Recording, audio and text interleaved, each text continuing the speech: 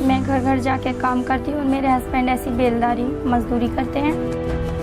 पहले मैं टीके लगवाती थी, फिर ऐसा हुआ कि हम लोग काम करते थे, हमारा काम डाउन होने लगा, फिर हम गांव चले गए।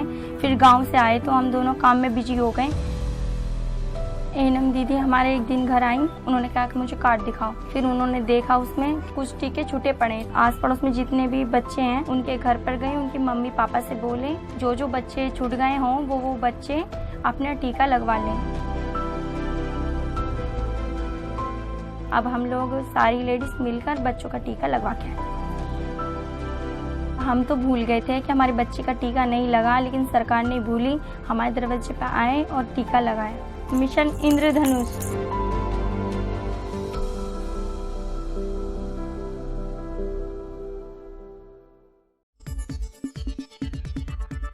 आपली माणसं, आपला देश, पाहत रहा जनादेश। प्रारंभतर्फे आम्ही साऱ्या जणी महिला महोत्सवाचे आयोजन। महिलांना हक्काचे व्यासपीठ मिळावे या उद्देशाने प्रारंभ कला अकॅडमीतर्फे दरवर्षीप्रमाणे यंदाही वनिता थोरात स्मृती महिला महोत्सव अर्थात आम्ही साऱ्या जणीचे आयोजन करण्यात आले आहे। महोत्सवाचे हे 11वे वर्ष आहे। वय वर्ष 18 व त्यापुढील सर्व महिला यामध्ये सहभागी होऊ शकतात। स्पर्धा आणि महोत्सव विनामूल्य आहे। शनिवार दिनांक 25 नोव्हेंबर रोजी doctor Kashinath Ghanekar mini theatre येथे दिवसभर या स्पर्धा होणार आहेत।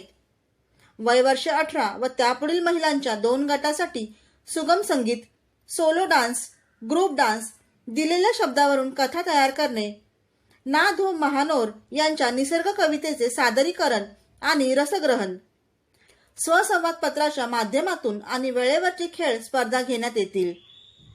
एक स्पर्धक एकापेक्षा जास्त स्पर्धांमध्ये सहभागी होऊ शकतो। नाव नोंदणीसाठी आपले नाव, वय, भ्रमणध्वनी आणि कोणत्या स्पर्धेत भाग घ्यायचा आहे ते 7208421709 या क्रमांकावर व्हॉट्सअपद्वारे कळविण्याचे आवाहन प्रारंभच्या डॉक्टर अरुंधती भालेराव यांनी केले आहे। दरम्यान या स्पर्धेचा बक्षीस वितरण आणि विविध सांस्कृतिक कार्यक्रम रविवार दिनांक 26 नोव्हेंबर रोजी गडकरी रंगायतन ठाणे येथे होणार आहे। या कार्यक्रमासाठी प्रमुख पाहुण्या म्हणून अभिनेत्री शुभांगी गोखले, पितांबरीचे विश्वास दामले, सुधा म्हैसकर, अत्रे कट्ट्याच्या संपदा वागळे आदी मान्यवर उपस्थित राहणार आहेत। अधिक माहितीसाठी संपर्क क्रमांक 9887091067 तसेच 9820840634।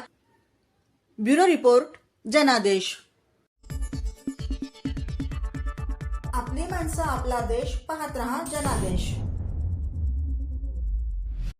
आधुनिक काळात वाचन संस्कृती लोप पावत चालली असून काही गोष्टी वाचनातून साध्य होतात। पंडित अतुल शास्त्री भागरे गुरुजी यांचे वक्तव्य। पंडित केतन पाठक गुरुजी यांनी संकलित व संग्रहित केलेले सहज साधं सोपं या पुस्तकाचा प्रकाशन सोहळा सुप्रसिद्ध भागवतकार व ज्योतिषी पंडित अतुल शास्त्री भागरे यांच्या उपस्थितीत संपन्न झाला। यावेळी इंटरनेटच्या काळात वाचन संस्कृती लोप पावत चालली असून काही गोष्टी पुस्तकी वाचनातून साध्य होतात असे प्रतिपादन त्यांनी केले। आजच्या धावपळीच्या काळात प्रत्येकाला काही ना काही समस्या असतात, मात्र या समस्यांचे निराकरण करावे असे वाटत असताना त्या करायला किंवा त्याकडे फारसे लक्ष दिले जात नाही। मात्र या अशाच काही प्रश्नांची उत्तरे आणि उपाययोजना सहज करता याव्यात यासाठी पंडित केतन पाठक गुरुजी यांनी सहज साधं सोपं हे पुस्तक संकलित केले। या पुस्तकाचा प्रकाशन सोहळा संपन्न झाला। यावेळी या प्रकाशन सोहळ्यासाठी प्रमुख अतिथी म्हणून सुप्रसिद्ध भागवतकार आणि ज्योतिषी पंडित अतुल शास्त्री भागरे गुरुजी, सामाजिक न्याय लाच प्रतिबंधक न्यासाचे अध्यक्ष दीपक टेकचांदानी, कीर्तिस्थान दूतावास मुख्य राजनैतिक अधिकारी देवेंद्र साळी, ॲडव्होकेट मोहन शुक्ल, नरेंद्र पाठक येथे उपस्थित होते। यावेळी भगरे गुरुजींनी आपले मनोगत व्यक्त केले. वाचन संस्कृती राहिली नाही, मात्र केतन गुरुजींनी केलेल्या धाडसाचे गुरुजींनी कौतुक केले. तसेच 5 वर्षांपूर्वीची इच्छा पाठक गुरुजींनी पूर्ण केली असून आपण समाजासाठी काही देणं लागतो, आपल्याकडील ज्ञान इतरांना देणारी मंडळी फार थोडी आहेत, असे यावेळी भगरे यांनी म्हटले. हल्ली लोक व्यावहारिक झाली आहेत. मुलगा माझ्यापेक्षा मोठा व्हावा आणि गुरुला आपला शिष्य आपल्यापेक्षा मोठा व्हावा, ही आज इच्छा इथे पूर्ण झाली. तुम्ही जे कर्म करता ते अत्यंत महत्त्वाचे आहे. कर्म करत कर्तव्यावर गेल्यास तुम्ही यशस्वी नक्की होणार. तसेच देव आणि राजकारण एकत्र करायला नको, ज्याने त्याने आपल्या मार्गाने जावे. पुस्तक अतिशय योग्य आहे. प्रत्येकाला प्रश्नाची उत्तरं देण्याचा प्रयत्न यातून पाठक गुरुजींनी केला आहे, असे वक्तव्य भगरे गुरुजींनी केले. ब्युरो रिपोर्ट, जनादेश. आपली माणसं, आपला देश, पाहत रहा जनादेश. सर्व नागरिकांना आवाहन करण्यात येत आहे की सध्या डासांमार्फत पसरणाऱ्या डेंग्यू या आजाराचा प्रसार रोखण्यासाठी प्रत्येकाने पुढील प्रमाणे कार्यवाही करावी. डेंग्यू आजार एडिस इजिप्ती हा डास चावल्याने होतो.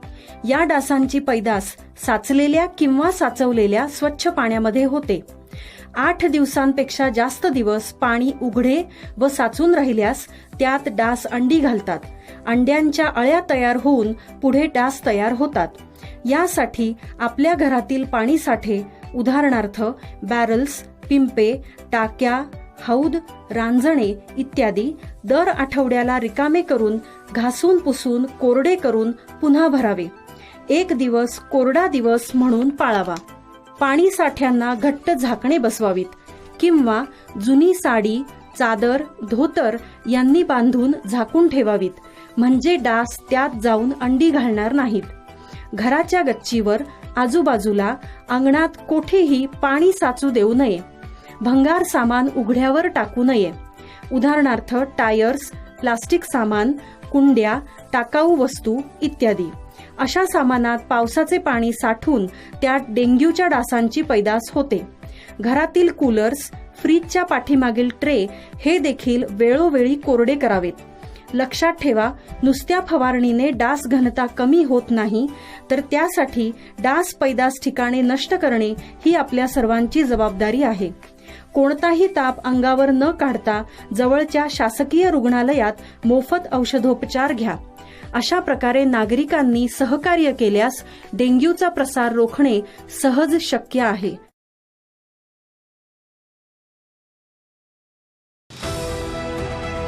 TJSB सौर शक्ती कर्ज, गो ग्रीन, करा वीज बिलावर बचत. आकर्षक व्याजदर, 84 महिने परतफेड कालावधी, 80% लोन, व्यावसायिक आणि उद्योजकांकरता सुद्धा. अधिक माहितीसाठी तुमच्या जवळच्या शाखेला भेट द्या किंवा संपर्क साधा. 1800-223-466 आणि 1800-266-3466.